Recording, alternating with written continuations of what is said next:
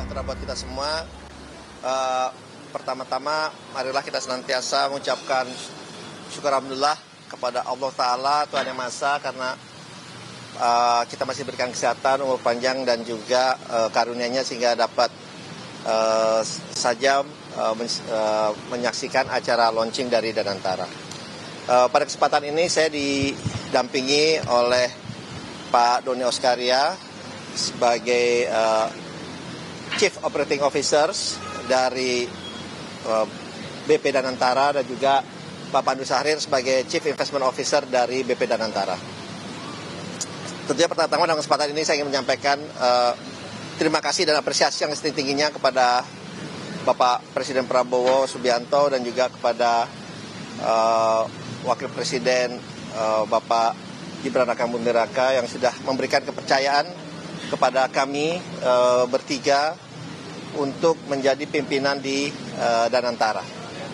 Dan tentunya ini adalah tugas yang sangat mulia karena mempunyai tujuan yang sangat mulia, dan tentunya ini menjadi usaha kita bersama agar tujuan dan usaha mulia ini bisa berhasil. Memang Danantara ini adalah suatu sovereign wealth fund dari pemerintah yang dimana akan menjadi investment arm dari pemerintah. Tadi itu sudah disampaikan dalam rangka kita menjalankan perannya. Pertama tentunya adalah optimalisasi dari aset-aset BUMN, Badan Usaha Milik Negara, dan tentunya di saat bersamaan kita juga akan melakukan investasi di banyak sektor yang mempunyai dampak yang positif dan berkelanjutan dan berkesinambungan ke depannya.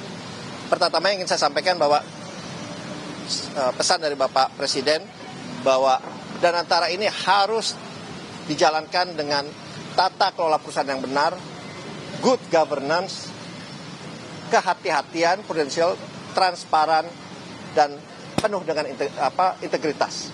Ini adalah guideline yang disampaikan oleh Bapak Presiden langsung dalam kita mengelola aset-aset BUMN dan juga dalam kita menjalankan investasi kita ke depannya. Karena itulah pegangan kita, dan buat kami yang kita lihat di dalam Danantara ini bukan hanya dari aset pengelolaan yang kurang lebih 900 miliar dolar, tetapi yang paling penting adalah misi dan tujuan dari Danantara. Itu yang jauh lebih penting karena misinya sudah jelas, bagaimana tadi sampaikan bahwa Danantara ini bisa menjadi instrumen pemerintah dalam rangka meningkatkan dan juga mempercepat pertumbuhan perekonomian Indonesia yang berkelanjutan, yang berkesinambungan, dan juga yang inklusif. Itu yang pertama. Dan tentunya misi ini disampaikan bahwa ini harus mempunyai dampak yang besar, yang positif, tidak hanya kepada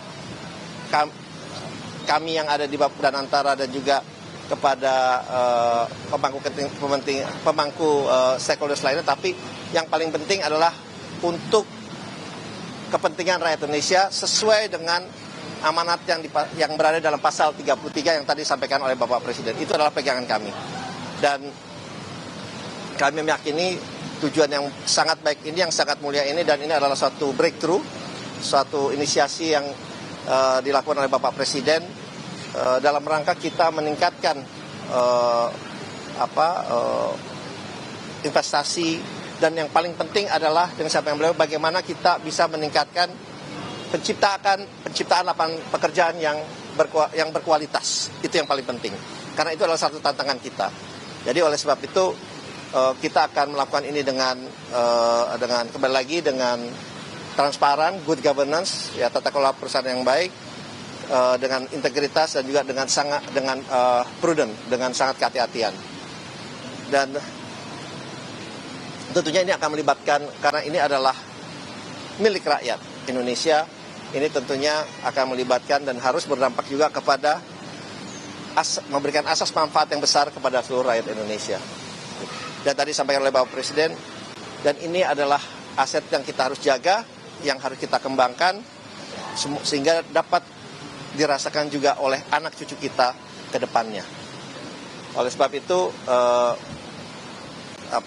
kita dalam kesempatan ini juga mohon kiranya mendapatkan juga masukan, inputan dari semua teman-teman media, karena ini adalah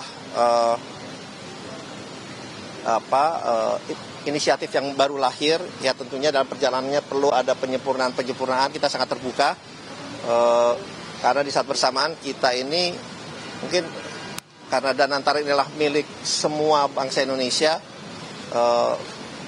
yang ikut mengawasi kita juga yang sangat-sangat banyak gitu ya. Kita nanti mungkin disampaikan oleh Pak Doni maupun Pak Pandu, bahwa kita mempunyai struktur organisasi yang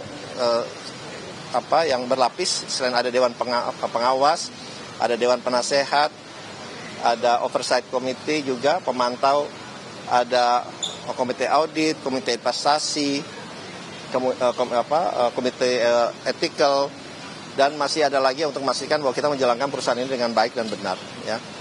Dan kami sangat meyakini dengan niat yang baik, dengan kerja yang baik, insya Allah ini akan memberikan dampak yang sangat besar kepada seluruh rakyat Indonesia dengan kehadiran Danantara, sehingga Indonesia bisa mencapai bisa mempercepat pertumbuhan ekonomi mencapai 8% yang dicanangkan oleh pemerintah, dan kita menjadi negara dengan pendapatan high income country di tahun-tahun berikutnya. Mungkin awalnya dari saya seperti itu dulu. Terima kasih. Pak, izin pertanyaan Pak.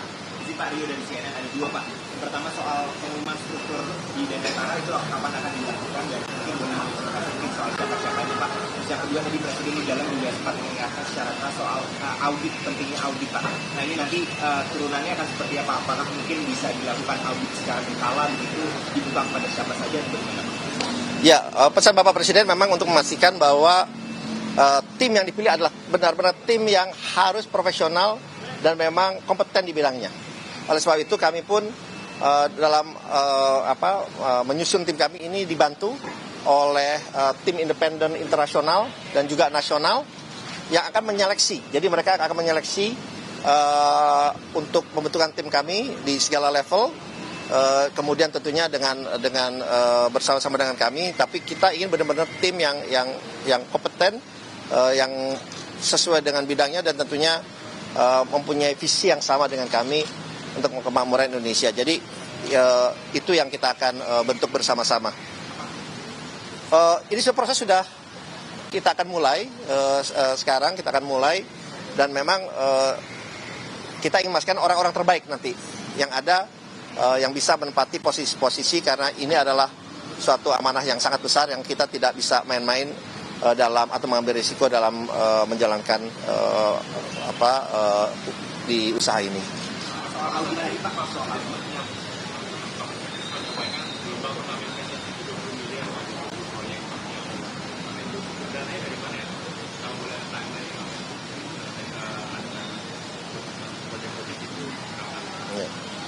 Ya memang disampaikan tadi betul, tetapi pesan Bapak Presiden juga kami bahwa jalankan ini dengan sangat hati-hati, ya, dengan tetap mengacu kepada business practice, karena kita benar-benar mau mengambil standar yang tinggi, standar internasional dalam kita menjalankan Danantara ini ke depannya. Dan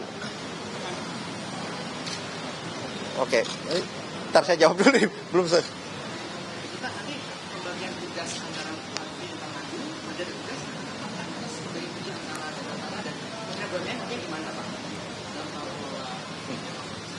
Ya tadi saya sudah sampaikan CEO-nya Pak Doni Oskaria, CEO-nya yang bertanggung jawab pada investasi adalah Pak Pandu, ini sesuai dengan bidang masing-masing, dan saya adalah grup CEO-nya ya.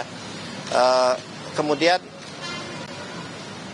perannya dengan BUMN kita sebetulnya sangat erat dalam hal ini, karena memang 99% kepemilikan ada di Danantara, tapi 1% kepemilikan saham seri A atau saham merah putih itu ada di Kementerian BUMN. Jadi tentunya kita akan selalu merencanakan ini bersama-sama dan baik itu dalam rencana jangka pendek, menengah atau panjang, sehingga peran kami bersama-sama BUMN ini untuk memastikan supaya perjalanan dari Danantara yang baru kita mulai ini akan menjadi lebih baik dan lebih meningkat, karena kan Kementerian BUMN selama ini yang memang menghandle BUMN, jadi mereka pasti sudah mengetahui lebih banyak mengenai BUMN. Jadi kita akan berkolaborasi bersama, terutama dalam hal peningkatan optimalisasi dari BUMN itu sendiri. Kenapa? Oh, ini mungkin menurut saya ini Danantara adalah suatu badan yang paling banyak diawasi. Ini paling banyak diawasi, ya. Karena nanti semua terlibat, ya, baik dari, karena ini kita adalah lapor langsung ke Bapak Presiden. Itu sudah ada yang tidak ada yang paling lebih tinggi lagi, pelaporannya pertanggungjawaban ke Bapak Presiden, dan Bapak Presiden otomatis akan dibantu oleh seluruh perangkatnya untuk memastikan kita bisa berjalan dengan baik. Dan ini saya meyakini juga akan melibatkan semua pihak dan seluruh perangkatnya, gitu. Untuk kita baik itu diawasi, dicek secara reguler, kemudian juga dan tentunya kita di saat bersamaan juga pesan Bapak Presiden bahwa kita ini selalu harus tidak terbuka, dan kita sih terbuka gitu ya, karena ya kembali lagi saya bilang kepada sahabat-sahabat saya di sini, ini adalah tanggung jawab yang besar, dan insya Allah kalau kita jalankan ini secara baik ya, dan juga dengan perencanaan yang matang, dan juga tanpa ada benturan kepentingan, insya Allah ini bisa berjalan.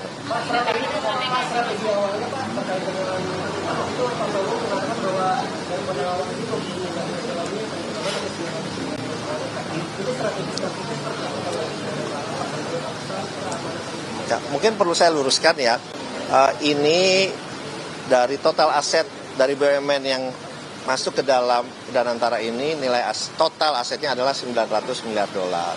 Ya, itu, dan memang tadi sampaikan 20 miliar dolar itu adalah untuk melakukan investasi yang nanti akan dikelola bersama-sama melalui Pak Pandu untuk proyek-proyek yang nanti terutama dalam bidang hilirisasi, renewable energy, energi baru terbarukan, bidang pangan, kemudian bidang energi, dan bidang-bidang lain yang tentunya mempunyai dampak ke depannya yang sangat baik, yang sangat panjang, karena kita bilang kita invest dengan Danantara ya we are invest in the future juga. Jadi itu pegangan kita. Jadi 900 miliar dolar itu adalah aset yang kita combine aset dari semua BUMN yang ada di Indonesia.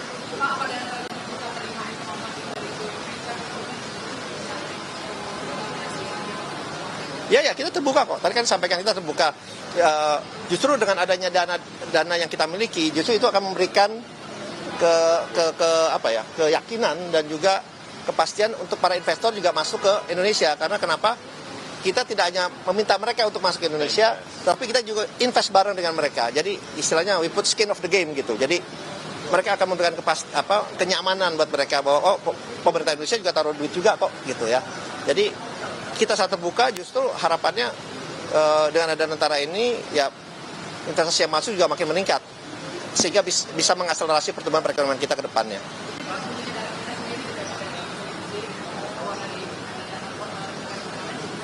Kita open untuk bersama dengan mereka. Identitas tersendiri. Terima kasih.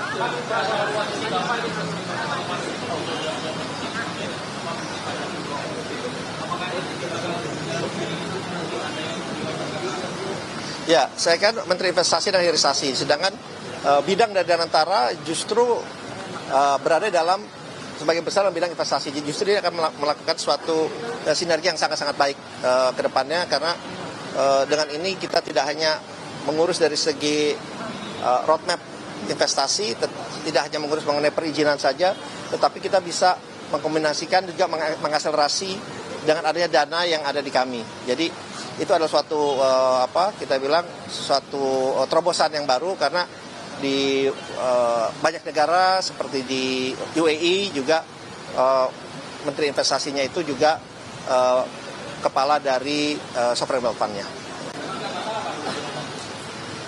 Tidak masalah, kita berjalan beriringan.